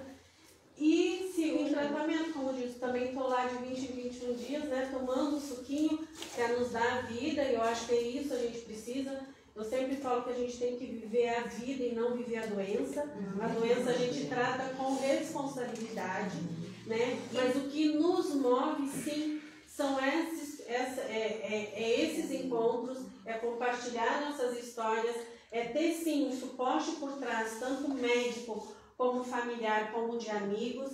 Esse suporte é super importante e que a gente tivesse mais médicas assim, como a doutora Maria Eduarda, como profissionais, né, que a gente tem também como suporte. Eu acho que é isso que a gente precisa, sabe? Então, existe a rede, mas que mais pessoas pudessem procurar. Porque quando a gente procura, é porque a gente está bem. Né? Então, eu falo da minha história, escuto a história da Fernanda, da Grazi, da Simone, da Cida, da Cláudia, de todas que estão aqui, a gente escuta e a gente tem muita coisa em comum, né? Então, mas daí isso também fortalece para que a gente possa promover a escutatória, porque quando chega uma paciente na associação, a primeira coisa que a gente faz é escutar, porque ela quer falar. Então, a gente precisa. Então, acho que esse tipo de rede E esse olhar mais humanizado dos médicos é importante ter. Por isso que eu acho que essa questão que a gente falou do tempo, né? Falou no CEPOM, eu trabalhei 10 anos no CEPOM. E é angustiante a gente ter uma agenda. Então, se tem algum assunto muito importante a ser tratado, é dividir a consulta em dois. Tipo, olha, porque eu tenho outra pessoa esperando para atender. Então, assim, esse assunto é muito importante para a gente resolver agora rápido. Tu vai marcar para a semana que vem e a gente vai voltar nesse assunto. E são coisas que a gente vai aprendendo, né? A priorizar o tempo, porque a gente tem que dar importância para essas queixas. Eu acho que aqui, falando de maternidade, uma das coisas que mudou muito, a minha avó, eu vejo hoje uma médica melhor, eu sou mãe. Agora eu falo que é verdade. Porque na medicina a gente trabalha o tempo inteiro, né? A gente está o tempo inteiro em curso, em congresso. Eu saio de noite para ver paciente no hospital. E minhas filhas sentem isso. E uma das coisas que eu escutei quando eu engravidei foi: não vai mais ser médica tão boa. Então, até isso impõe, né? A sociedade impõe pra gente, mulher, a gente, a partir do momento que a gente é mãe, a gente talvez não seja tão boa profissional. E na verdade o que a gente queria é empatia. Eu consigo hoje ser uma médica melhor, porque eu consigo entender melhor a minha paciente. Né? E eu consigo entender aquela mãe que está preocupada com a filha que está em tratamento comigo. E alguns pacientes acham que a médica, a profissional mulher, não é tão competente quanto o homem. Porque ela acha que a mulher ela tem mais afazeres, ela tem a casa, tem o marido, tem os filhos para cuidar. Ela não vai ter tanto tempo para sair para um congresso, para sair para aprender novas coisas. E o homem já tem mais tempo nisso. Isso eu escutei numa das minhas primeiras consultas de um paciente que também tinha o diagnóstico de câncer de mama e a médica recém tinha voltado de uma licença maternidade e ele comentou: pois é, mas é uma médica, ela não tem tempo, se fosse um homem, né? Daí eu disse assim, eu acho que muito pelo contrário, a mulher ela tem uma visão maior e ela consegue a caixinha dela tem mais o braço, ela consegue abraçar todo mundo. Mas tu vê, até isso a gente tem uma discriminação. E daí eu vejo isso muito também de vocês, né? Que a gente falou aqui muito de como contar com os filhos, tudo, mas a paciente ela tem que se dividir contando todos esses vários papéis que a gente tem na sociedade, daí a gente tem o tratamento para encaixar. Mas a mulher tem essa capacidade de gerenciar o tempo melhor. Eu acho que eu chego nas consultas, é um negócio assim, o nome da médica é Juliana, doutora Juliana, o negócio seguinte, Juliana Borges, a minha consulta leva 40 minutos, tá? Mas assim, 35 é sobre tudo. Das viagens. Das viagens, e aí pergunto. E aí, sobre mim, né? Sobre minha vida.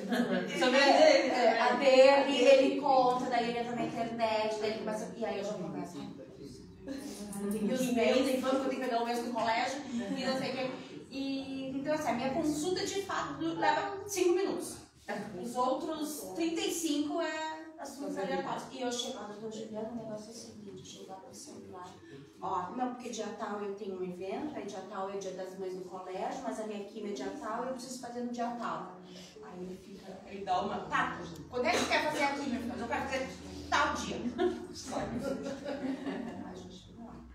A partir de agora, e principalmente depois de ontem do PET, de agora, mais do que nunca, tem que entrar ali e ela que se arrasta, ela que se agente. Quero nem saber. E como esse grupo é um lugar de desconstrução também, né? Eu acho que quando vem essa fala, assim, de não, eu já ouvi de pessoas muito próximas a mim, de que não teria que ser um homem, porque o homem não tem... Olha como esse espaço proporciona a possibilidade de mostrar, não, né? A gente tem uma visão muito ampla, assim, diferente. E a maternidade, né? Quando eu falei, eu fui preparar minha fala, assim, pensando nisso, não sei se a minha fala é a minha experiência de vida também, é estar aqui enquanto eu, mulher, mãe, né, pessoa que tem contato com a oncologia. Então, é isso, assim, né? Acho que quando a gente se disponibiliza a trocas... Nossa, muito importante. Eu tenho uma menina de 14 anos, e ela tinha 13 anos, praticamente, quando descobriu o câncer. E ela aceitou, eu contei, a gente tem um relacionamento bem aberto lá em casa, a gente fala tudo, ela que raspa minha cabeça, meu marido, a gente fez um momento feliz, tranquilo, foi tranquilo pra mim, eu tenho certeza que foi tranquilo pra eles. Só que no decorrer, depois de uns 3, 4 meses, eu já em tratamento. Eu, graças a Deus, passei super bem nas quimioterapia, saí da quimioterapia, já vi tempo, como se nada tivesse me acontecido. Como se nada tivesse me acontecido, enfim. A minha médica até fala assim, Jana, quando tudo acabar, eu vou ver o que tu fez para a gente tentar repassar. Atividade física? Eu não tive nenhuma reação daqui, nenhuma reação de nada. Enfim, tive muita sorte. Mas, depois de uns 3, 4 meses, a minha filha tirou uma nota baixa em matemática. E ela não tinha tirado uma nota baixa. Daí eu me impus, falei, que isso? O que está acontecendo? Não estudou, blá blá blá. Mas eu, no meu papel de mãe, nem pensei, porque para mim aquela situação do câncer já estava resolvida. Mas eu perdi uma filha há 6 anos atrás. E ela perdeu a irmã, que ela tanto queria. E daí a minha psicóloga me ajudou com isso, porque daí ela se revoltou contra mim. Por causa de que eu briguei com ela de uma nota de matemática. Falei, como assim? E ela começou a falar para as amigas, e a mãe das amigas vieram me falar que ela falou que eu era uma mãe muito ruim, que enfim, falou um monte de coisa que não cabia aquilo. Daí eu conversei com meu marido e falou, não, tem algo de errado, não está certo. Mas a gente estava tão envolvido naquilo e o câncer parecia que já estava tão superado ali na nossa família que eu não consegui. Aí a minha psicóloga me ajudou. Jana, sabe que ela não está com medo que tu morra? Né? Ela perdeu uma irmã. A morte é algo presente na vida dela, é algo concreto. E daí ela te pinta como alguém que tu não é, porque se acontecer de tu vir a falecer, ela não vai sentir porque tu já não prestava mesmo, né? Daí eu senti com ela uma autodefesa, né? Mas como eu digo assim, como a psicóloga foi importante para mim naquele momento, porque eu não consegui, eu não reparei isso, não consegui pensar nisso. E daí aí eu sentei com ela e falei, filha, tu tá com medo que eu me morra? Ela, não, tu tá com medo que eu morra. Mas eu vou te falar uma coisa, eu vou morrer um dia todos vão morrer. Porque antes disso, antes do câncer, ela pedia para me prometer que eu não ia morrer. E daí eu falei, eu vou morrer, um dia eu vou morrer, mas não vai ser de câncer. Eu te garanto isso. Daí eu percebi que a partir daquele momento, tudo mudou, tudo. Ela voltou a ser quem ela era, carinhosa, querida, sempre eu carequinha, mas ela sempre me elogiava, mãe, tu não é mais linda do mundo, mais carequinha, daquele jeitinho. Enfim, mas queria dizer como é importante o papel do psicólogo nesse momento. Como para mim foi muito importante. Talvez eu não ia saber lidar com aquilo, entendeu? Talvez eu me perdia com aquilo. E como é importante o papel da psicóloga nesse momento, né? É legal que ela fala assim, eu gosto de pensar assim, né? Penso, né? Que às vezes é nas relações, né? Que a gente adoece, né? A gente tem questões, por que aconteceu isso na minha vida e tal, né? Geralmente tem a ver com outra pessoa, alguma situação. Mas também é a partir das relações que a gente se cria, né? Que a gente encontra um lugar de espaço, de acolhimento, de você viu a tua filha naquele momento, você precisou de alguém, de um suporte. Nesse momento foi de alguém especializado, mas podia ser de alguém da tua família, alguém próximo a ti, então é com o outro, né? Então por isso mais do que nunca, assim, esse grupo é só palmas pra vocês, assim, é sério, é maravilhoso. O que eu acho importante dentro disso é que aqui a gente conhece poucas pessoas, né, de quem a gente tem convivência, mas o quanto te fortalece para que tu possa te abrir e contar uma história dessa. Quantas histórias daí tu tem a confiança de um grupo desse, você se abrir e contar. Então, quanto crescimento e quanta experiência que a gente tira, né? Porque de repente em outro momento tu não ia contar. Tu não ia ter a confiança de dizer que você perdeu uma filha, que você teve esse processo, que através da outra filha. Então, o quanto que é importante sim a gente ter essas profissionais, mas a gente todos nós terminamos tendo, a gente tem dentro de nós um pouquinho de psicologia, né? Uma coisa também que queria trazer para vocês, né? Para quem quer adotar. Eu sou filha adotiva. Minha mãe teve tumor de útero há muitos anos atrás. Sim, eu fui adotada na versão brasileira, né? Na época não tinha todos esses papéis. Depois disso eu acompanhei minha mãe tendo câncer de mama Eu estive no centro cirúrgico, eu sou enfermeira de primeira formação, eu acompanhei a cirurgia dela na sala de cirurgia, acompanhei ela no tumor de útero, tumor de pele, né? Ela faleceu de uma doença neurológica, não foi de câncer, né? E de velhice. E de velhice, ela teve o Parkinson avançado, né? Então é uma trajetória também, quando a gente sabe, quando a gente vai acompanhando a história da gente, a gente vem para preencher esse lugar de alguém, né? Isso também tem um efeito em quem é filho, e é muito bonito, né? A gente entender essa gratidão desse lugar, né? Que eu pude ocupar na vida da minha mãe. Então é bacana a gente poder pensar que cada momento, né, vai ser um momento exato e apropriado, né? Para que essas relações se construam, que a gente entenda, né? Então assim, a minha chegada na oncologia foi desde que eu nasci, né? E nunca mais saí da área da saúde, então é muito bonito também poder fazer parte, né, desse grupo, de ouvir essas histórias, né, de acompanhar pessoas há 15 anos, né, só na oncologia. Então, assim, eu me sinto tão enriquecida e tão engrandecida por esse mundo, né, por essas células que mudaram e que trazem tantas mudanças na vida da gente, tantas mudanças que podem ser de crescimento, de autoconhecimento, né, de gestação de novas coisas, né, de novas possibilidades, de transformar em possibilidades, tirar aquele yin ali, né, e aqui a gente poder, né, abrir o coração, né, quebrar os silêncios que doem, encontrar respostas. Eu acho que isso tem que engrandecer e crescer, porque é isso que a gente precisa, né, trocar esse afeto. E o afeto vem nas histórias, né? O que nos afeta, o afeto é o que nos afeta. Bate na porta em um futuro não relacional, né? A inteligência artificial está vindo aí com força, né? Isso aqui, futuramente, eu comprei uma bola pela internet, eles me deram a senha, eu entrei dentro da Centauro, claro que eu não sabia, eu dei boa tarde para o vendedor e perguntei onde que era, ele me direcionou, mas a próxima bola que eu comprar, eu posso ir direto na Centauro, com a senha, abrir o cofre, pegar a bola. Então a gente vai viver, os nossos filhos, os nossos netos, talvez não vão ter isso aqui. Então todo mundo que está aqui hoje tem que priorizar isso, tem que passar isso para frente, para que isso não, porque vai ser triste. O que é mais básico do ser humano, que é o afeto, está se perdendo, né? Exatamente, né? As crianças estão dentro do quarto falando com o mundo inteiro, não estão mais falando com os pais. A própria arquitetura, hoje as mesas, se vocês veem em apartamentos, elas são viradas para frente, não é mais a mesa onde todo mundo come junto, olhando um olho do outro.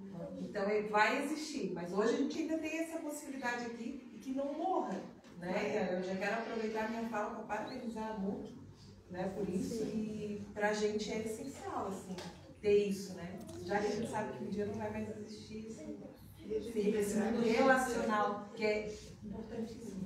A inteligência artificial, por mais que cresça, né, ainda, infelizmente, a doença faz a gente olhar um para o outro, faz a gente olhar para si, né? Sim. Se não for por outros meios, será por esse, então, que a gente possa manter, né, possa fazer crescer, possa encantar mais pessoas para falar. Porque a inteligência artificial não vai tirar isso da gente, a gente continua sendo feito carne. E hoje é Dia Nacional da Adoção. Eu vim celebrar, então. Foi sem querer. Não foi programada. Eu só não sei, já que ela lembrou, eu tenho uma irmã que por opção não teve filhos. E ela fala sempre muito de se respeitar o direito de quem tem outras maternidades. Mãe de pet, mãe de planta, mãe de mãe, porque também acontece às vezes essa inversão, né? Então ela sempre me diz, quando você participar, porque eu estudo gênero, as questões de gênero, ela sempre me lembra. Tenta ajudar a lembrar que isso não é uma imposição, que isso é uma opção e que existem outras opções também para se viver a maternidade. Mãe de sobrinho, às vezes exerce a maternidade com um sobrinho, com outras formas. Mãe de alunos. Mãe de alunos, então é só isso, eu me comprometi a sempre passar esse recado. Mas o objetivo da roda, até eu fiquei um pouco assim quando falou em ser mãe pós-diagnóstico, né, os desafios, mas é mãe nesse sentido, de maternar em todas as possibilidades, né? Ou não maternar na questão de ventre, né? Mas é todos esses desafios que a gente encontra pós-diagnóstico, né? Então, eu fico feliz com a tua fala, Fernanda, e reforçar e agradecer o convite de todos vocês, que um dos objetivos, tanto da MUC, e eu, Grazi, paciente e Thalia, influenciadora, era ter espaço como esse, assim, né? E ainda sinto falta de engajamento do grupo. Talvez para elas não acharem ainda que é necessário, que mexeu, ou enfim, alguma coisa. Hoje estamos felizes, que estamos com a casa cheia, né? A roda, a gente ficou bem feliz mesmo, porque no mês de abril, assim, teve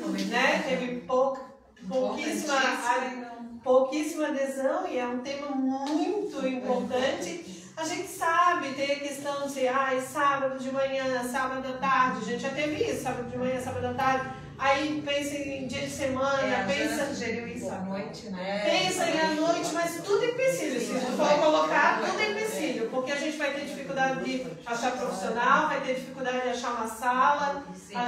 Tudo vai ser empecilho. Quando a gente quer, a gente arranja um lugar. Se a gente quer namorar com o nosso marido, a gente vai até pra cozinha. Né? Então, assim, esse tema a gente tem que querer também, sabe? Porque é da gente, é nosso espaço, é nosso momento. É um momento que a gente aprendeu, que a gente trocou. Muitos de nós vão pegar o telefone e continuar a nossa fala além disso aqui, né?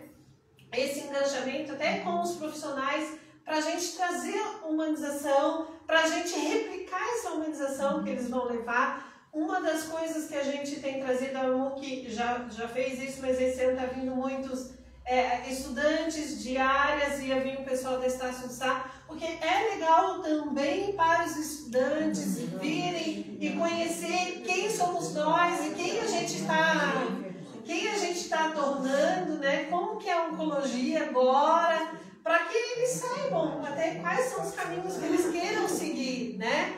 Então, assim, eu fico feliz, e essa semana o grupo da psicologia da Estácio, que foi lá visitar, uma turma apresentou a MUC, né? Porque a mãe de uma das alunas era paciente, ela me segue, ela vê tudo que eu falo em relação aos trabalhos de informação, ela vê o que eu falo da MUC, aí ela assim... fala sobre a MUC, daí a filha gostou, foi lá conhecer e levou a MUC para Estácio, porque a professora deu algumas associações e a MUC não estava na lista. Não estava a oncologia na lista, né? E a oncologia é legal para estar num grupo de psicologia. E eles têm muito um olhar também, né?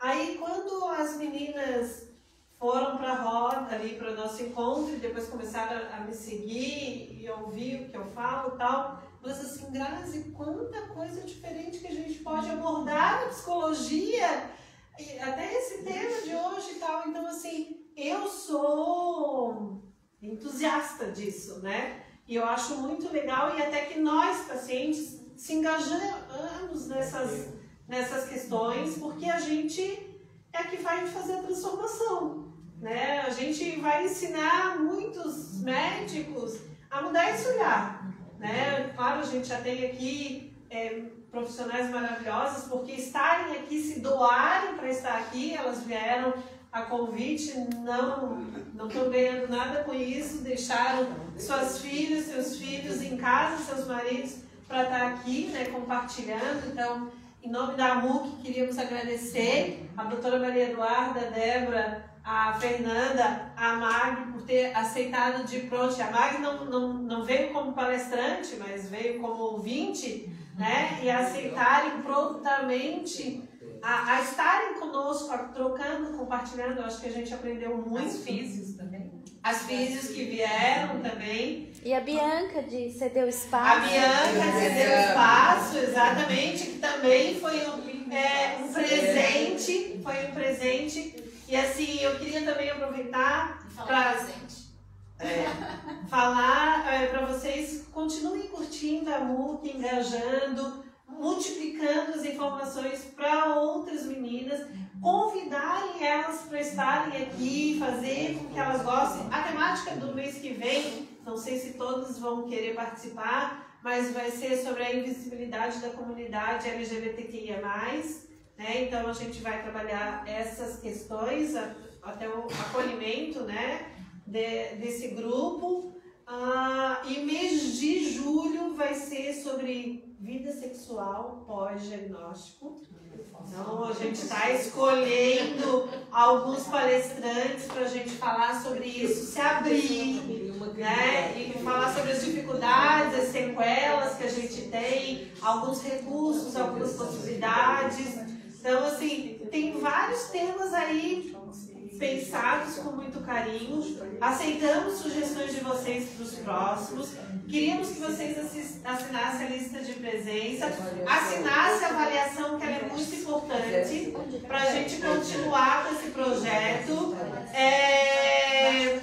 Tem um convite especial também, porque a MUC, ela sobrevive desse trabalho voluntário e de doações, né? A gente fez agora uma ação solidária com um quadro que a Fernanda doou, não, a Carla doou, que é paciente. O quadro foi sorteado e a Carla disse assim: Grazi, se a pessoa não quiser o quadro rosa, eu vou fazer um novo, exclusivo para quem ganhou. E a ganhadora não ficou com o quadro rosa, ela ficou com um quadro que a Carla vai fazer para a cliente, a ganhadora. Aí os quadros que ela doou estão na galeria agora, né? Então quem quiser multiplicar, apresentar a galeria para as pessoas.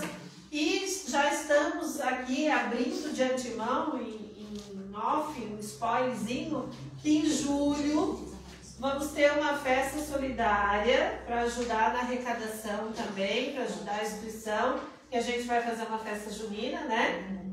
Ainda estamos nos preparativos, então a gente conta com a colaboração de vocês, tanto para doação, mão de obra, serviço, divulgação, e apoiar a festa, a instituição, né? Quem quiser participar, é isso. Queríamos agradecer imensamente a presença de todos, em especial das nossas palestrantes, nossas convidadas, e queríamos agradecer e trazer o convidado que a Rinha trouxe. Então vem aqui trazer a tua fala e o que tu trouxe para nós aí, por favor. Eu trouxe um presentinho, né? Eu sou amigo da Rinha, tá? A gente participa do Centro Espírita. E daí ela me comentou sobre a reunião, a palestra, e a gente pensou na possibilidade de oferecer alguma coisa, né? E eu trabalho com sabonetes e cosméticos artesanais, então eu trouxe um sabonete de coco, que eu mesmo faço, que é um sabonete neutro, não leva bem poucos ingredientes, e um blend. O blend é uma mistura de óleos essenciais, né? Que no caso é do Sagrado Feminino, que daí leva o óleo essencial de laranja doce, de lavanda e de gerânio. Então é isso. E daí, bom, queria agradecer também poder estar aqui. Para mim foi um privilégio, né? Estar escutando a fala de vocês. E queria dizer também que meu olhar é de admiração, né? Eu vejo aqui um monte de mulheres lindas. Tipo, eu super me interessaria por qualquer pessoa aqui. Eu acho que... O norte também, né? E eu escuto, e quando eu falo, mais hoje, né, depois de ter isso, quando eu escuto essa fala, escuto o câncer, não me gera medo, me gera interesse, no sentido de como foi, o que você sentiu, como, sabe, eu acho essa experiência interessante. Acho que a vida às vezes nos impõe essas experiências limite, né, onde a gente é levado ao limite, mas a gente acaba aprendendo muito, né? Então eu acho interessante. Eu queria que tu depois deixasse a tua forma de divulgação, ele vai entregar o presente, depois a gente vai ver como é que ele vai ser a forma dele entregar presente. E eu queria que vocês se apresentassem em rede social. Vocês têm redes sociais? Sim, como tá? Será? Acho que é Psico, Débora Parisotto, é isso? Apresentar o livro da Fernanda.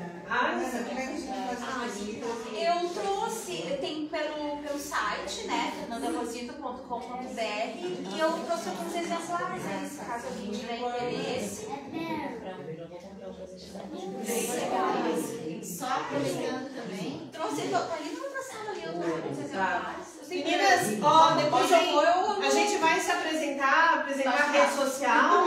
Todo mundo já se apresentou no início, mas as coleções chegaram depois, para elas apresentarem suas redes sociais.